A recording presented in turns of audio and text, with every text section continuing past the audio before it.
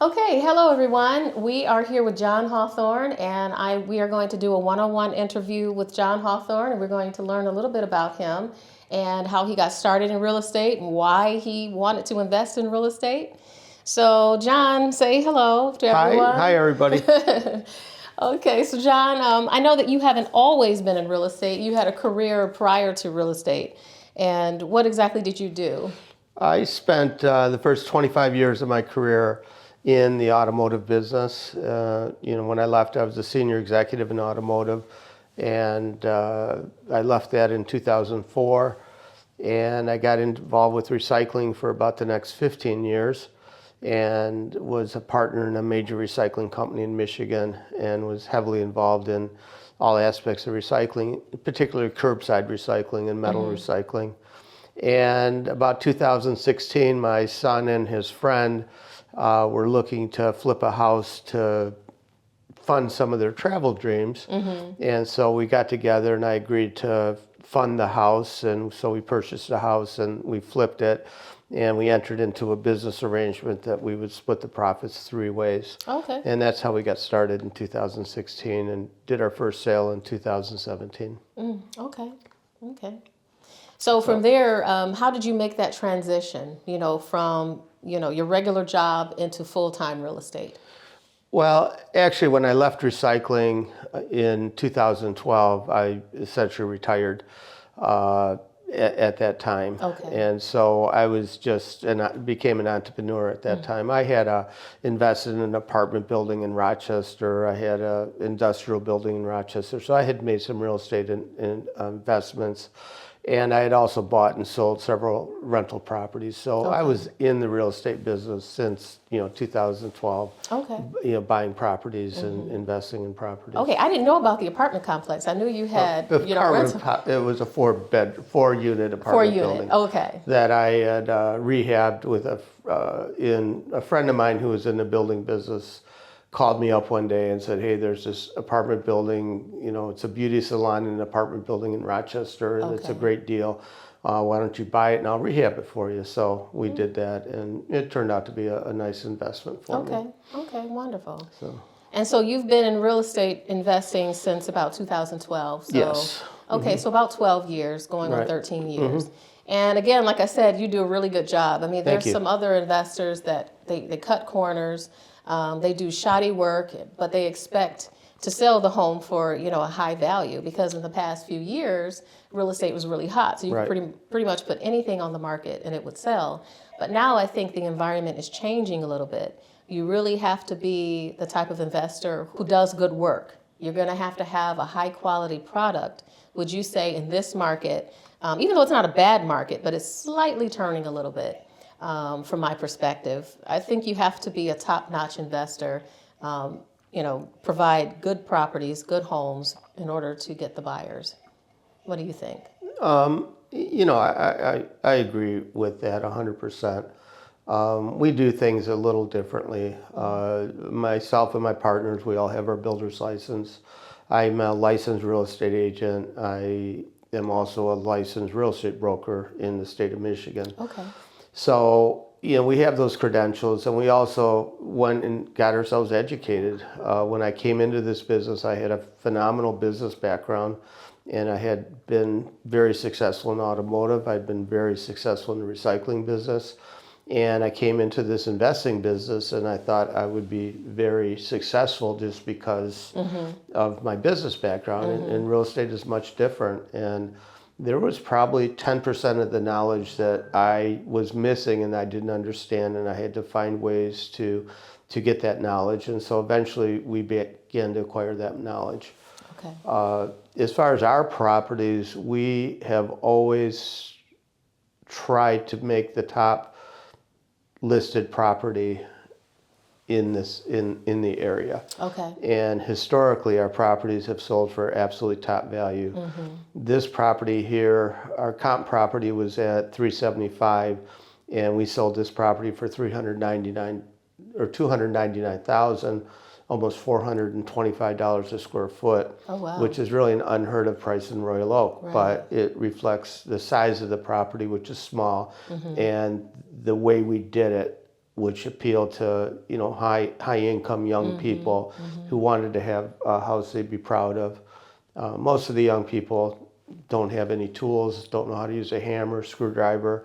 It is what it is, but they want to just buy a house that they can fix or they can live into. Right. 30 years ago, people would be house hackers and they would bring some skills that their parents had taught them, such as my dad taught me how to drywall and how to, hammer and a screwdriver and how to build things. So I have all that, and I taught some of it to my son, and but actually now he's taught me a lot more than I could ever teach him because he's fully vested into the construction end of the business. Okay. I think you said you guys build homes as well, right? Yes, we build a lot of homes, so we're pretty proud of our building. And actually, this type of home is my own personal journey. It's kind of my side gig of flipping homes. When I find homes, I just like to do it. I have the network to do it. But my partners build new homes exclusively in Birmingham, Royal Oak, Ferndale, and we've built homes that have sold up to 1.6 million. But we've got a couple on the drawing board in Birmingham that'll sell for over $2 million. Wow, nice. Yes. It would be nice, hopefully in the future, to be able to kind of follow those projects. As a realtor myself, I visited spec homes and I visited properties that were being built, but I wasn't as interested in the building aspect as I am now. Okay. Being a real estate investor and, recently coming on full time, that I'm really looking forward to diving more into the fix and flip. And but one of the challenges that I see is finding the right contractors. I hear a lot of people that I give loans to, they're having some tough times with some of the contractors not doing the work properly. They can't pass the electrical inspection or the plumbing inspection. For you, it seems to kind of move along more seamlessly because obviously it appears to me that you have more qualified guys doing the work for you. So how do you typically find your construction crew? I actually don't have any crews. Really? Yeah. Okay. So, but you get the work done so fast, and everything looks just really good. Yeah. There's two ways, to flip a house. One is to hire crews. When you hire a crew, they typically do everything, but they're not able to pull permits and they're not able to do things the way they need to get done. They'll get the work done quickly. They're jack of all trades. They probably each leader of the crew probably has one core skill that they're really good at. It could be rough carpentry, it could be trim carpentry, it could be painting, it could be drywall, but typically the other people in the crew are just kind of self-taught. The work is good, but it's not as high quality as I'm going to get because I use, for my rough carpentry, I use a rough carpenter. For my trim carpentry, I use a trim carpenter. Okay. For my painting, I use a painter. For my drywall, I use a drywaller. For my electrical, I use an electrician, and that's how we get the work done. But part of my background, where I worked the longest, was in automotive business. And, as I said, I was a senior leader in automotive, and we relied on our suppliers as GM, Ford, and Chrysler at the time, relied on us as a supplier and really understood the importance of a supply chain. When we started this business, we made two fundamental decisions. Number one, we were going to be the best customer our contractors have. Okay. So that's our goal. Okay. And if you talk to our contractors and you ask them who the best customer is, I would be shocked if they didn't name us. Okay. And we're known on the streets as being good people to work with. And two, we pay them. We pay them on time.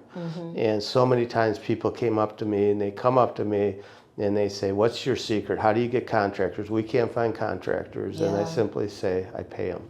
Yeah. And that's all you have to do. You treat them good and pay them.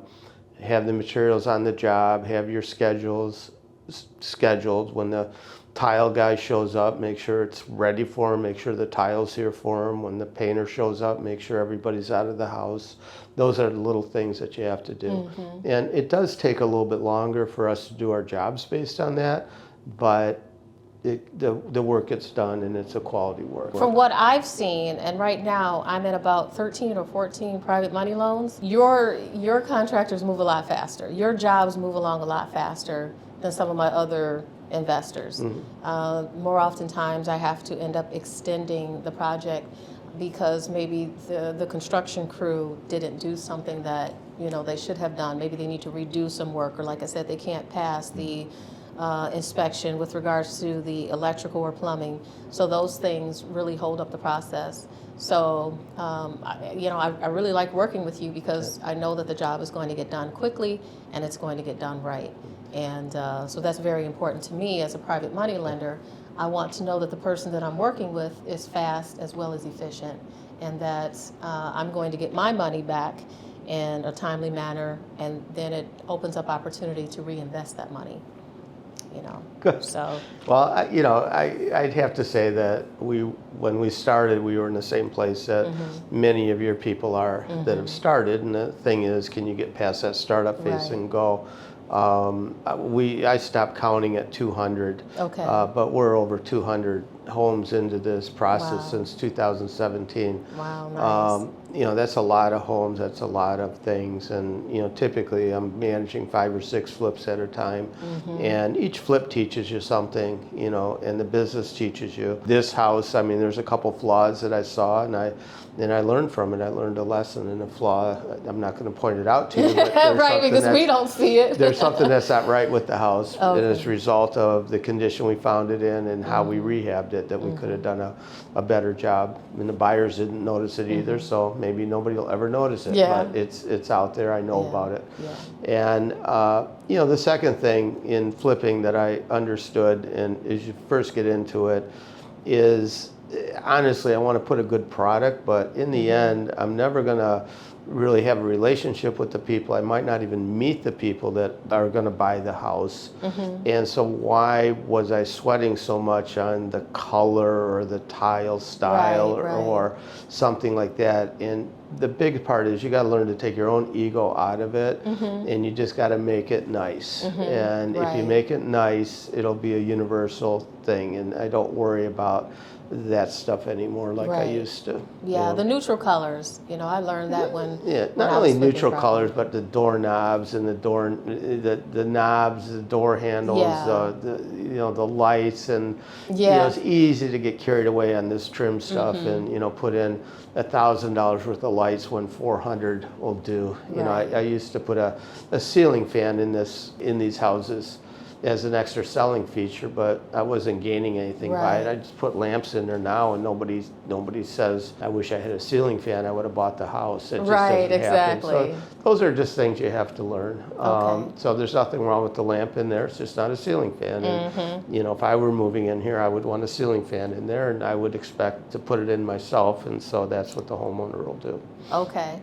Is there anything else, any advice that you would give to a person just getting started in real estate who want to flip homes or who want to buy and hold? Well, I don't want to give away all my secrets, Carnella, because I am actually starting up a class, and I'm teaching the material on how to flip a house. But the only advice that I would give anyone starting in this business is that you make your money on the buy of the house, that you have to buy the house right and at the right price. And if you don't buy the house at the right price, you just can't make money on it.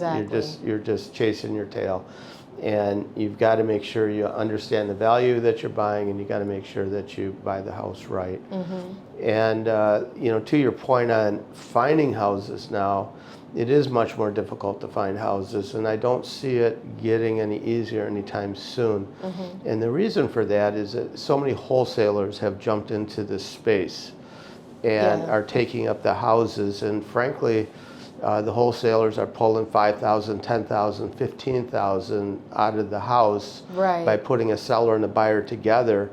And that used to be part of the buyer's profits. It used to be part of the flipper's profits. And so now the wholesalers are coming in and taking, part of the profits. And so that makes it less attractive to flip a house. I personally have only bought one house off a wholesaler. I didn't make money off it, and I don't foresee buying any houses off Yeah. wholesalers anytime soon. No, I agree with So, you. I yeah. spent the better part of a year looking for homes that wholesalers have sent me, in an advertisement. Hey, this is a great deal. The ARV is too high, the rehab costs are too low, and then when you put the numbers together, it doesn't work. Right. So I know that you have a course that you're starting. So for my viewers, anyone who might be interested in learning more about that course, how might they contact you to get more information? Do you have a website? If so, could Yeah. you provide that? Yeah, they would just go to thewealthyflipper.com. Okay, it's called thewealthyflipper.com if you're interested in connecting with John Hawthorne and learning more about the course that he's going to be teaching new investors on how to flip homes, correct? Correct. Okay, wonderful. Well, thank you so much. I really appreciate your time, John, and I look forward to working with you again in the future. All right. Good luck to you on your journey. Okay, thank you.